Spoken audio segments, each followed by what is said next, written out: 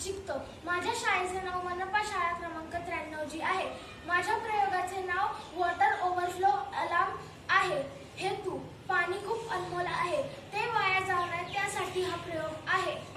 साहित्य पाण्याची बाटली किंवा डब्बा, wires, buzzer, button, 9V battery.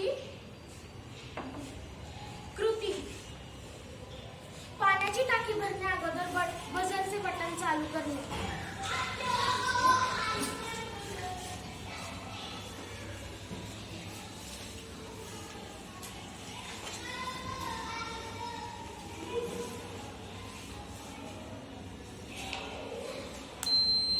पाण्याची टाकी भरल्यावर बझरचं बटन। पाण्यामध्ये हायड्रोजनचे 2 अणू व ऑक्सिजनचा 1 अणू असतो,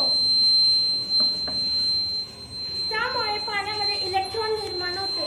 ते तांब्याच्या तारेतून वाहत जातात। आपण ती तार बझरला जोडल्यामुळे पाण्याची टाकी भरल्यावर अलार्म वाजला। निष्कर्ष